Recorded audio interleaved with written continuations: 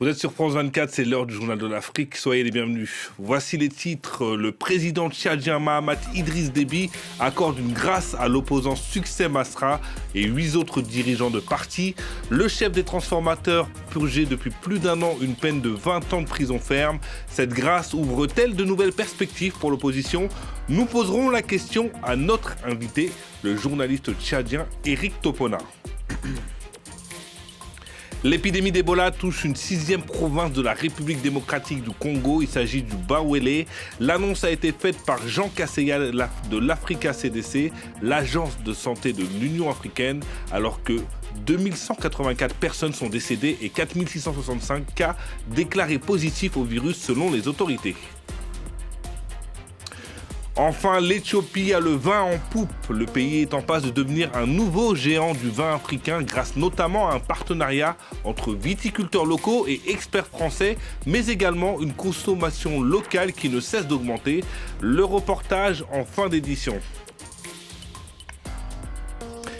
Et on ouvre ce journal au Tchad où on a appris ce vendredi la grâce de Succès Masra par le président Mahamat Idriss Déby. L'ancien Premier ministre et chef du principal parti d'opposition, les Transformateurs, purgé depuis plus d'un an une peine de 20 ans de prison ferme, accusé d'avoir provoqué des violences intercommunautaires meurtrières. Les précisions de notre correspondant à N'Djamena, Harold Gérard.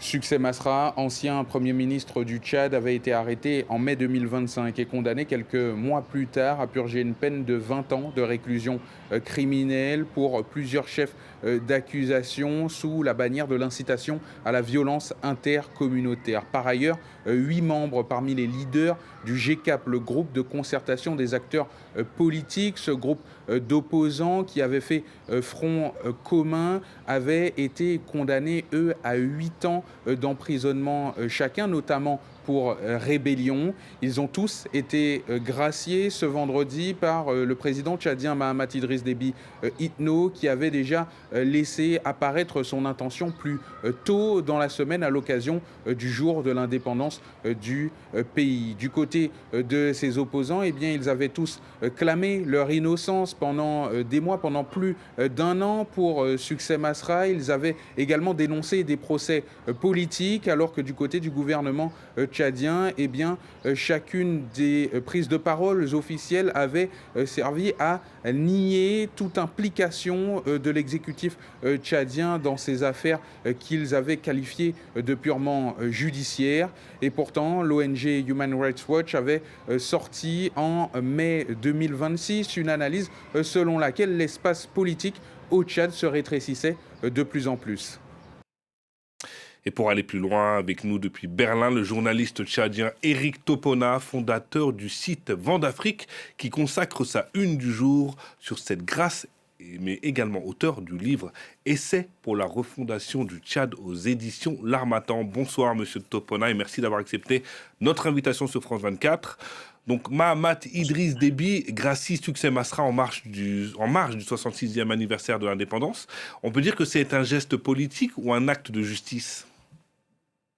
Moi, je pense que c'est un geste politique qui était attendu et le président Mahamat Idriss Déby lui-même a donné le temps à la veille du 66e anniversaire de l'accession du Tchad à l'indépendance, le 10 août.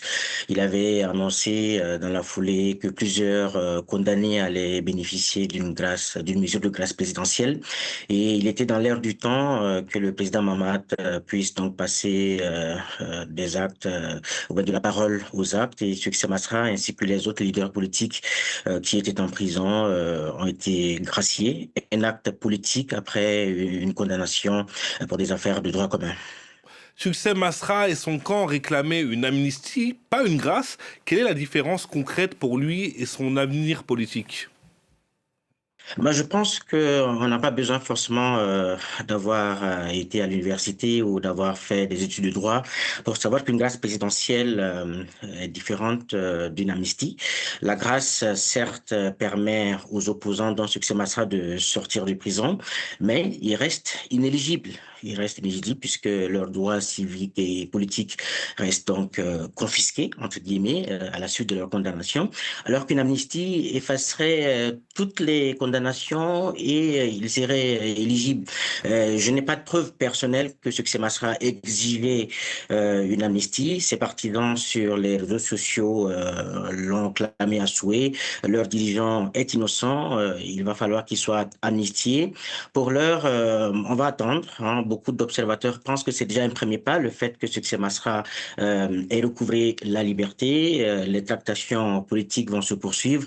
Peut-être qu'une amnistie pourrait couronner donc tout ce processus, toutes ces tractations. Et il faut rappeler que Succès Masra lui-même, du fond de sa cellule, a souvent prôné la paix. Il a rappelé que des émissaires du pouvoir étaient venus le voir. Donc, je pense que les tractations politiques vont se poursuivre. Le MPS et ses alliés étant majoritaires au pouvoir, tout va se jouer sur un terrain politique pour espérer voir Succès Masra recouvrer tous ses droits civiques et politiques, de même que les autres leaders du GCAP qui demeurent tout de même inéligibles puisque leurs droits civiques et politiques n'ont pas été, donc voilà, ils demeurent condamnés. Et justement, le GCAP était le principal regroupement de l'opposition au Tchad. Avec cette grâce, Mahamat Idriss Déby neutralise-t-il l'opposition ou ouvre-t-il une vraie réconciliation? Et on va essayer de prendre au mot le président Mahamat lui-même. Il l'a dit le 10 août, à la veille donc de la célébration du 66e anniversaire de l'indépendance du Tchad. Il a prôné la paix, le dialogue. Maintenant, ses opposants ont été graciés. On verra l'étape suivante, s'ils sont amnistiés pour qu'ils puissent donc revenir dans le jeu politique et concourir donc de façon saine.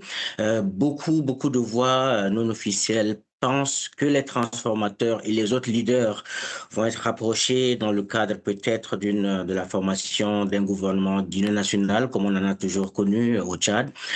Pour sûr, les transformateurs, de même que les autres leaders de l'opposition, ont accepté la main tendue qui leur a été adressée par le président Mahamat. Et je pense que des discussions sont en cours. Et les prochains jours seront riches en rebondissements. On verra bien si Succès Masra va retrouver son frère, comme il aime à le dire, Mahamat. Est-ce que les autres leaders de l'opposition vont accepter de dialoguer avec le pouvoir pour espérer trouver un modus vivendi dans le cadre d'un gouvernement d'union nationale? Les prochains jours seront riches en rebondissements et on va suivre ça avec beaucoup de passion. Et on suivra ça les prochains jours. Merci beaucoup, Éric Topona. Merci, je rappelle que vous êtes journaliste tchadien à la Deutsche Welle et que vous êtes aussi fondateur du site Horizon d'Afrique et de l'essai pour la refondation, laissez-moi retrouver le titre, Essai pour la refondation du Tchad. Merci beaucoup, monsieur Éric Topona. Merci d'avoir accepté notre invitation. Merci pour l'invitation. Autre titre de ce journal, en République démocratique du Congo, 3 mois après la déclaration d'Ebola, une nouvelle province est touchée par la maladie. C'est la 6e province où sévit l'épidémie, en passe de devenir la plus meurtrière du pays. Selon les autorités, 2184 personnes sont décédées et 4665 cas déclarés positifs au virus. Les précisions à Kinshasa d'Aurélie Bazara Kibangula. Un décès lié au virus Ebola a été enregistré dans la province du Bas-Ouélé. C'est donc la 6e province de l'est du pays à être touchée par l'épidémie. La personne décédée était en provenance du Haut-Ouélé, une province voisine déjà affectée par le virus. Alors ce qui inquiète les spécialistes, c'est toujours la vitesse de propagation du virus. Car 3 mois après la déclaration de l'épidémie, les équipes de riposte disent que la maladie se propage plus vite que la réponse. On sait que pour le moment, c'est pas sous contrôle et donc ce qui risque de se passer, c'est que les cas continuent à augmenter. On sait que pour vaincre une épidémie Ebola, il faut absolument qu'on ait la communauté avec nous et pour le moment, c'est pas le cas. Et le pilier qui s'occupe de l'engagement communautaire et du renforcement des capacités n'est pas encore tout à fait au point. Mais c'est pas évident parce qu'il y a beaucoup de refus de la communauté, de mauvaises informations aussi qui circulent. Et donc c'est un travail de fourmi qui doit se faire pour être sûr d'avoir la communauté qui est informée, qui accepte, qui acceptent de donner les alertes, qui acceptent de faire les enterrements dignes et sécurisés. L'autre enjeu de la riposte, c'est d'améliorer le suivi des cas contacts. Les autorités congolaises affirment que 84% des cas sont suivis. Mais le directeur du Centre africain de contrôle et de prévention des maladies, Jean Kasseya, affirmait récemment que seulement 12% des cas étaient réellement recherchés et suivis. Or, selon les spécialistes, il faudrait pouvoir retracer et suivre jusqu'à 95% des cas contacts pour parvenir à maîtriser l'épidémie. En bref, au Niger, le pilote missionnaire américain Kevin Rideout a été libéré après plus de 9 mois de captivité. Annonce faite par SIM International, l'organisation évangélique pour laquelle il travaillait. Âgé de 50 ans, il a été enlevé en octobre 2025 devant son domicile à Niamey, capitale du Niger. Allez, on vous emmène en Éthiopie qui voit de plus en plus la vie en rouge et pour cause, le pays pourrait bientôt devenir un nouveau géant du vin africain. Un partenariat entre viticulteurs locaux et experts français a permis l'importation de cépages bordelais. Les Éthiopiens consomment de plus en plus de bouteilles de ce vin local et les exportations sont en constante augmentation. Le reportage de notre correspondant en Éthiopie, Tom Canetti. Les terres fertiles du sud de l'Éthiopie sont connues pour le café et les bananes, mais les vignes y gagnent peu à peu du terrain. Dans ce domaine franco-éthiopien, les plants sont originaires de Bordeaux en France. Confrontés à l'altitude et au climat local, ils engendrent un vin original. Les premières bouteilles sont sorties des chais il y a 12 ans. Aujourd'hui, nous récoltons du cabernet franc. Nous pouvons tailler les grappes 2 fois par an et récolter le raisin 1 fois. J'enlève d'abord les raisins qui ne sont pas mûrs et ceux qui sont malades, pour avoir la meilleure qualité possible. Le géant des alcools Castel produit 1,4 million de bouteilles par an en Éthiopie, comme ce rosé demi-doux aux arômes de fraises et d'agrumes. Le marché local préfère les cuvées fruitées, tandis que les vins les plus secs séduisent à l'étranger. Nous exportons notre vin aux Pays-Bas, en Chine ou à Djibouti par exemple. Et en même temps, le marché local est en croissance. Les Éthiopiens adoptent de plus en plus la culture du vin. Ils apprennent à le boire. Maintenant qu'ils comprennent comment apprécier des vins différents, la demande augmente.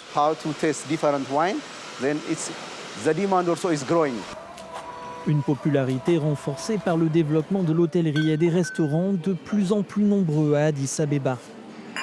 Dans cet établissement, l'ancien directeur de l'Alliance éthio-française organise une dégustation. Que dois-je rechercher dans un bon vin ? Dans le vin rouge, ce qui nous intéresse n'est pas de ressentir quelque chose de particulièrement fort. Ce que l'on veut, c'est ressentir un goût spécial. Il ira particulièrement bien avec de la viande.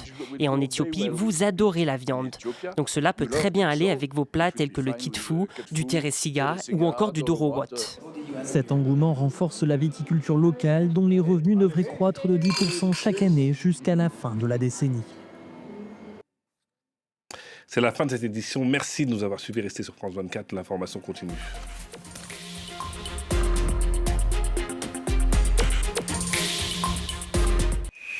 Avancez.